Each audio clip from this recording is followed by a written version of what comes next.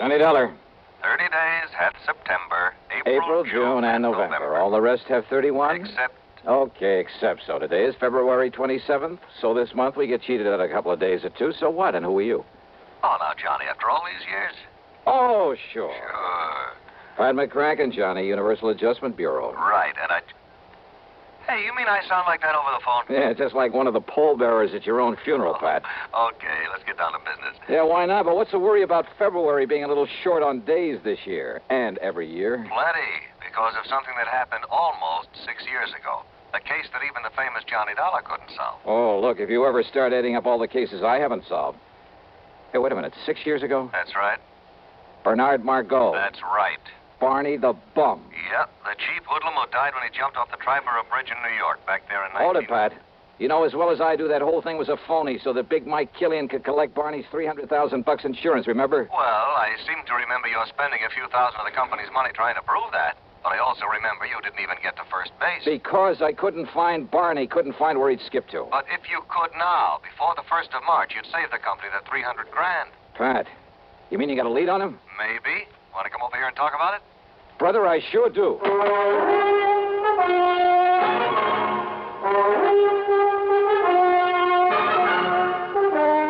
CBS Radio brings you Bob Bailey in the exciting adventures of the man with the action-packed expense account, America's fabulous freelance insurance investigator. Yours truly, Johnny Dollar.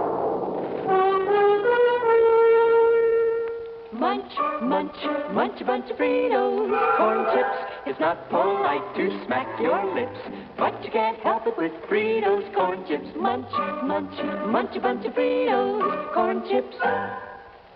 Next time you want something to munch on, try Fritos. They're so crisp, so tasty, so good. You'll see right away why we say Fritos are the corn chips made to munch. Fill a big bowl with Fritos next time you settle down to watch your favorite TV program. Boy, there's contentment in every munch. Munch, munch, munch a bunch of Fritos, corn chips. Fritos are golden chips of corn, as nutritious as they are delicious. So full of good, crisp flavor, such good-for-you nourishment. They're the ideal snack for grown-ups and children alike. Get a bag of Fritos corn chips today and munch a bunch. Fritos. Fritos corn chips. Munch, munch, munch a bunch of Fritos, corn chips. And now, Act One of yours truly, Johnny Dollar.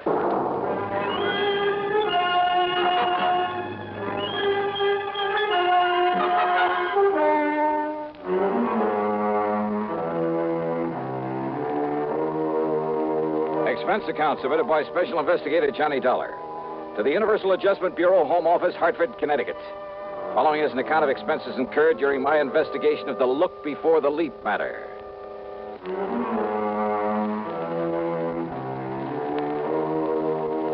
Barney Margot, Barney the Bum, a strong arm for Big Mike Killian, and his case had made me look like a fool. So, expense account item one, $1.25 for a cab to Pat McCracken's office. Now, this is one you'd really like to clean up, isn't it, Johnny? Sit down. Pat, Eastern Trust and Insurance were crazy in the first place when they issued a big policy on the cheap mobster. I know. When they let him name Big Mike Killian as the beneficiary. Well, anybody with half a brain should have known something was wrong with it. I know, Johnny. And then to top it all by waving the suicide clause. I know. The minute we found out about it, we asked them to cancel it, but we were too late. Barney Margot had apparently jumped off the bridge.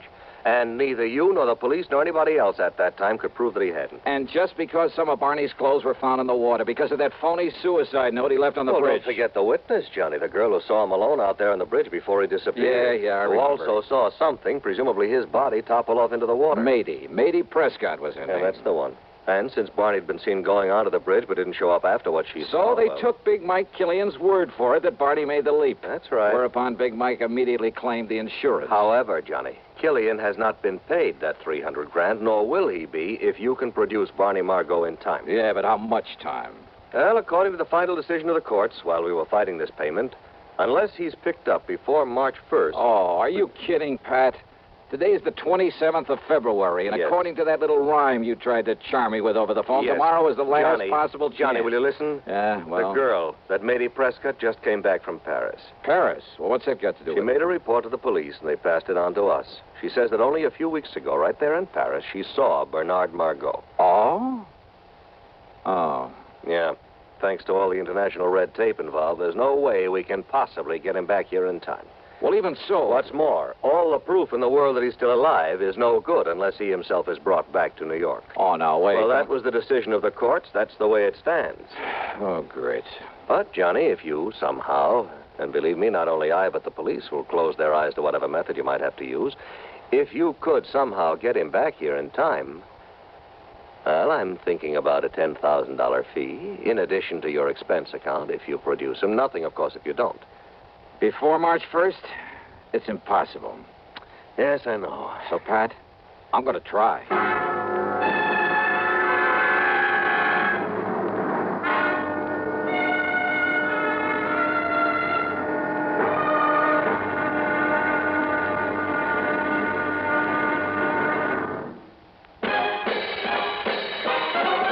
Are you smoking more now, but enjoying it less? Have a real cigarette, have a Camel. The best tobacco makes the very best smoke. Have a real cigarette, have a Camel. Are you looking for flavor and mildness? Have a real cigarette, have a Camel. The best tobacco makes the very best smoke. Have a real cigarette, a real cigarette, a real cigarette, have a Camel. If you're smoking more today, but enjoying it less, try Camels. The Camel blend of costly Turkish and domestic tobaccos has never been equal for rich flavor, easygoing mildness, real smoking satisfaction every time you light up. The best tobacco makes the best smoke. Have a real cigarette, a real cigarette, a real cigarette, have a Camel. And now, Act Two of yours truly, Johnny Dollar, and the look before the leap matter.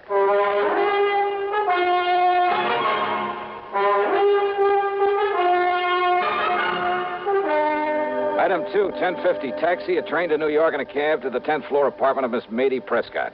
I know, Mr. Dollar. My testimony that I'd seen him on the bridge and that I'd seen him drop off into the Well, water... that testimony, Miss Prescott, may cost the insurance company $300,000 unless I can produce Barney Margot before March 1st. Before March 1st? Yeah, and you say that you saw him in Paris. At an antique shop, run by a Monsieur Dubuisson. Dubuisson? What? Nothing. Go on. Well, I was startled, to say the least. But I'm certain it was he. Absolutely sure of it. Well, you were also pretty certain you'd seen him go off that bridge.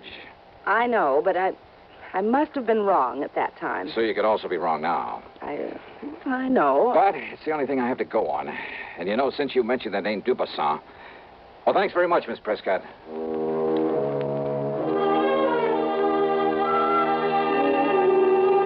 Dubuisson's a fence. They're in Paris. Exactly the sort of character Barney the Bum might tie up with. Perhaps even as a contact for Big Mike Killian. As I stepped into the self-service elevator to get back to the street, I wondered. But I didn't wonder for long about anything. Okay, Jimmy, push that stop button. Yeah, sure, Milford. Between floors. Yeah. All right, what's the idea? Johnny Dollar, huh? Maybe. So there's only one reason you'd be calling on the Prescott date. What of it? Big Mike didn't like you interfering when poor Barney died. He don't like it now. Oh, well, that's just too bad. In fact, he don't like you. Now, Jimmy, come on. No! Yeah. Now, James, leave us dump this stiff in the basement. It was the building superintendent who found me there in the basement, got me back on my feet again. Item 3, 10 cents for a call to one of the transatlantic airlines. Item 4, $31 for a cablegram. Then item 5, $1 for a cab to the 18th Precinct headquarters, my old pal, Randy Singer. Sure, Johnny. A couple of Big Mike Killian's boys. Must have been. You want me to have them picked up? No. Only I warn you, Killian will have an alibi for him, sure as gun. Don't worry about him. I'll take care of that pair myself. Well, now, And, Johnny. Randy, all I ask is that you stand by until I get back here from Paris. Paris? Somehow I got to perform a miracle. I got to bring Barney Margot back here before March 1st. Today's the 27th. That means I have until midnight tomorrow night. So long, Randy. Johnny, wait a minute. Sorry, but every second counts, and I just have time to catch a plane. Hey, Johnny, listen. So long, baby, and wish me luck. I'm going to need it.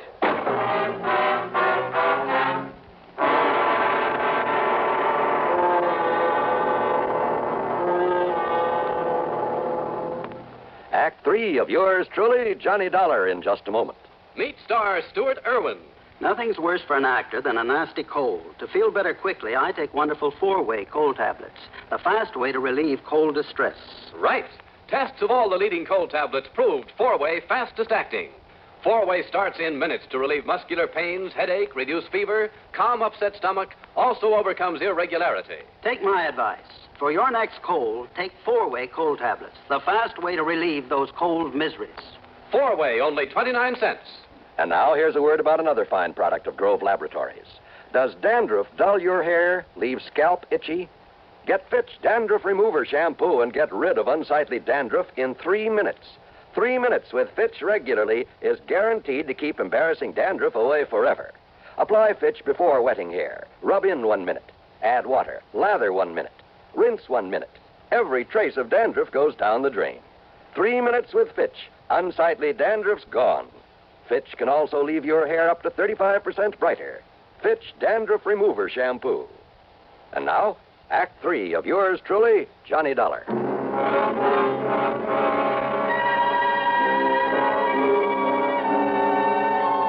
Item 6, $420 for a plane ticket to Paris. When we landed at Orly, I put in a call to Louis Dumassac, who calls himself a Chagris. If anyone in all of Paris knows the underworld, believe me, it's the Gray Cat. But I got no answer. Item 7, then, $2 American for a cab to the so-called antique shop of Francois Dubuisson. It was there that Matey Prescott swore she'd seen Barney Margot. I knew better than to expect any real help from him, but he was my only chance, and time was running out. Ah, bonjour, monsieur. Qu'est-ce que vous devez... Ah, Monsieur Johnny Dollar, the meddling American. That's right, Dubuisson.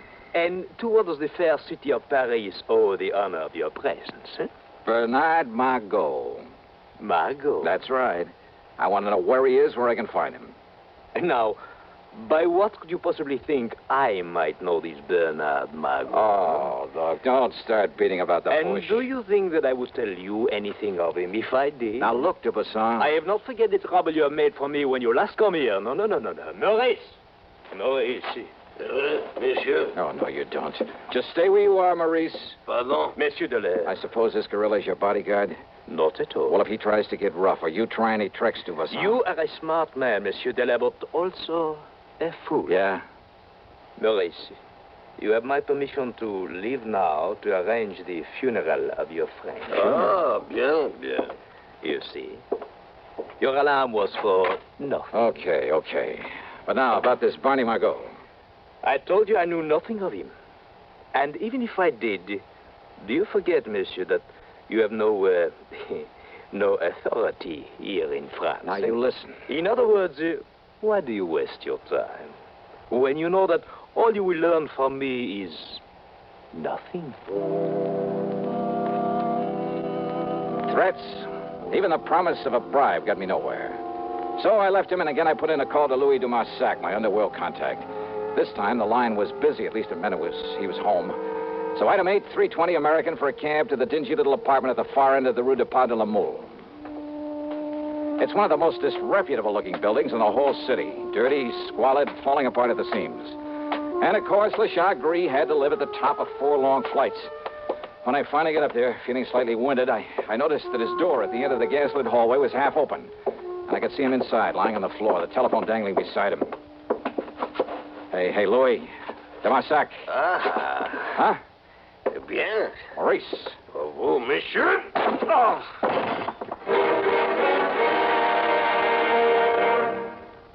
Hello, I'm Burgess Meredith. Did you know there are over 3 million persons in America who are hard of hearing and not doing anything about it? Maybe you or some member of your family is hard of hearing. Well, fortunately, I've never had this problem. Some of my friends and family have. Now, a few years ago, your excuse might have been that you didn't want to wear a bulky hearing aid. But today, it's a different story. I've just seen the new Super 60 hearing glasses developed by Mako Electronics.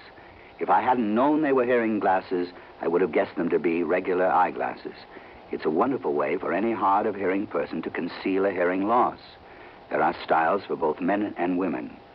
For an interesting free booklet on hearing glasses for yourself or a friend, stop in at Mako or write to Hearing Glasses, CBS, 485 Madison Avenue, New York. Don't wait until your hearing gets worse. It may be too late. Send for your booklet today. Write CBS, 485 Madison Avenue, New York. And now, Act 4 of yours truly, Johnny Dollar.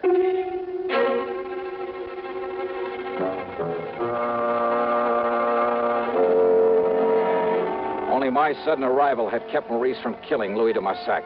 It got me that clout on the head. But Maurice was gone now.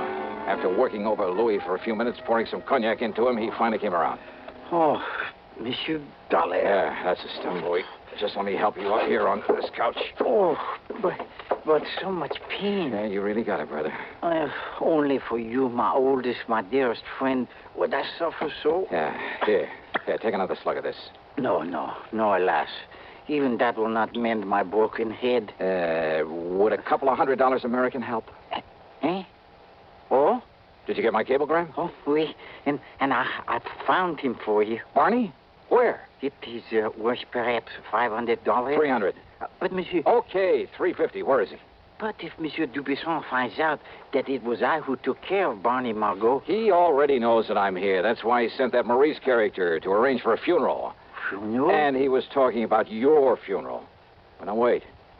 You say you've taken care of Barney the Bum? It would perhaps be worth a little extra if I were to have him all tied up and waiting for you. What?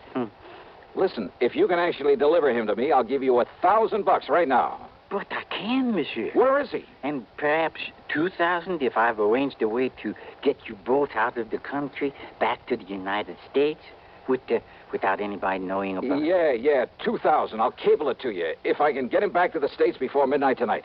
Oh, before midnight, you say? New York time. Well, we can try, monsieur. Good. Then let's get going. But first, perhaps I'd better accept the 1,000 just in case. All right.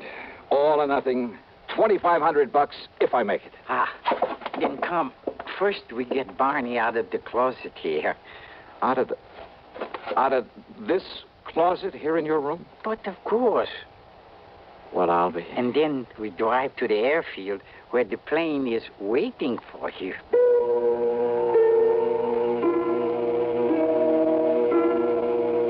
Believe me, we'd never have gotten away with a thing like this back in the States, or anywhere else I can think of, or without the help of the Chagris. After making sure that Barney was securely bound and gagged, we piled him into a car that de Marsac said was his, only I doubt it. We headed westward through Versailles to the city of... Well, maybe for diplomatic reasons, I better not mention the name of it. Anyhow, their little airport was an old amphibian plane waiting for us. This time it was the pilot I had to haggle with. $7,000 for the trip. But there were $300,000 at stake. Item 9 for a transatlantic call to Randy Singer in New York. No, listen, Johnny. This is too wild, too crazy. You got the ID for this plane? You've written it down? Sure I have, but Johnny... And all you have to do is get us a clearance to land, if we make it. You're out of your mind. This stunt could cause an international incident that even the United Nations couldn't... You want Barney the Bum, don't you? Well, of course we do. Then I'll lay him right in your lap if you'll hang up the phone so that we can make our takeoff. Johnny, listen to me. Randy, I haven't got any more time to talk, because if I don't get Barney back there before midnight tonight... No, Johnny, no, listen. See you in New York. I hope.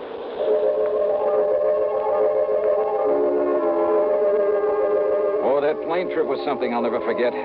Sure, on the ground, the big amphibian looked pretty good. But up in the air, it shuddered and shook like the old crate it really was. And I wondered if she had enough gas aboard. What sort of double talk the pilot used to keep us from being ordered down, I'll never know. Any second, I expected a bunch of fighter planes to start buzzing us. But somehow we made it. And Randy, bless his heart, and I don't know how he did it, Randy got us a clearance to land. Matter of fact, he even had an escort waiting for us to haul Barney off to the clink and take me back to the office at headquarters. Yeah, by some miracle, it all worked out. Except for one thing. But so help me, Johnny, if you ever again try to pull a thing like... falling asleep again, huh? Just like you did all the way in from the airport. Well, I can't say that I blame you. Mission accomplished, all that sort of stuff. Mission accomplished, Huh? Did you happen to notice what time it was when we sat down at the airport? Sure, right after midnight, 12:07. Just exactly 7 minutes too late. Too late? Ruling in the courts, don't you get Johnny. it, Randy? In order to save the company paying off that 300,000 clams, I had to get him back here before midnight. Last night, February 28th, before the 1st of March. Oh, no, so wait. the fortune I've run up in expenses has to come out of my own pocket. Johnny. And I thought I was going to make myself a cool $10,000 fee. Listen. You were right, Randy. I should have known better. It was crazy. The whole idea was completely crazy right from the beginning. Johnny, will you listen to if me? I had any sense, I'd blow my brains out 7 minutes after midnight. That's right, February 28th. So you've forgotten just one little thing. Yeah. This just happens to be 1960. So what? I had to get that punk back here before the 1st of... Yeah, leap year. Randy. That's right. So today just happens to be the day before the 1st of March, February 29th. Oh, no. You mean I made it after all? You mean I... Oh, no. It's a fact, Johnny. Fact.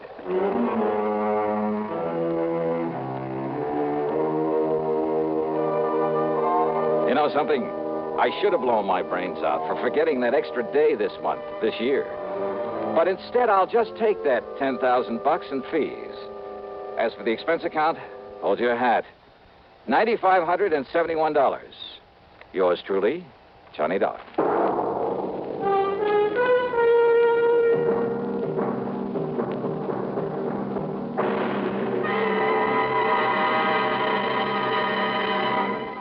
Our star will return in just a moment.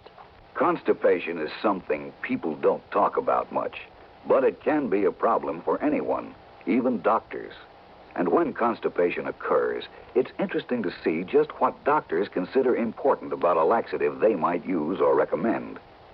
Well, a majority of the doctors we heard from had this to say. A laxative should be effective, gentle, as close to natural acting as possible, and a medicine that can be used with complete confidence. Now, X-Lax has been popular with many doctors and millions of people over the years because pleasant-tasting chocolated X-Lax is effective. Overnight, it helps you toward your normal regularity. X-Lax is gentle. Next morning, it gives you the closest thing to natural action. And that's why many doctors and millions of people use X-Lax with complete confidence.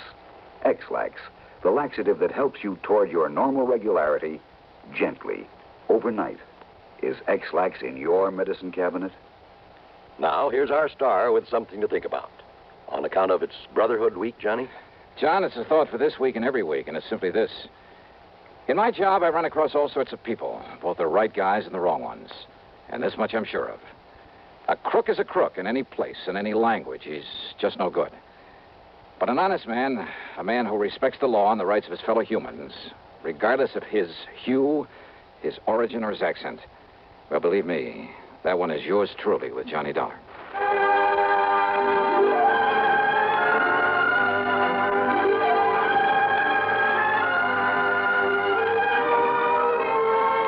Yours truly, Johnny Dollar, starring Bob Bailey, originates in Hollywood and is written, produced, and directed by Jack Johnstone. Heard in our cast were Virginia Gregg, Lawrence Dobkin, Forrest Lewis, Frank Gerstle, Herb Vigran, and Tony Barrett.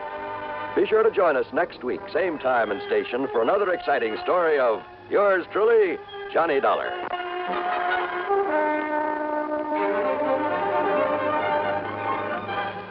This is John Wall speaking. Listen next to Suspense on the CBS Radio Network. Hiya, folks. Jimmy Durante, in person. And I'd like to tell you about some of the things that's close to my heart.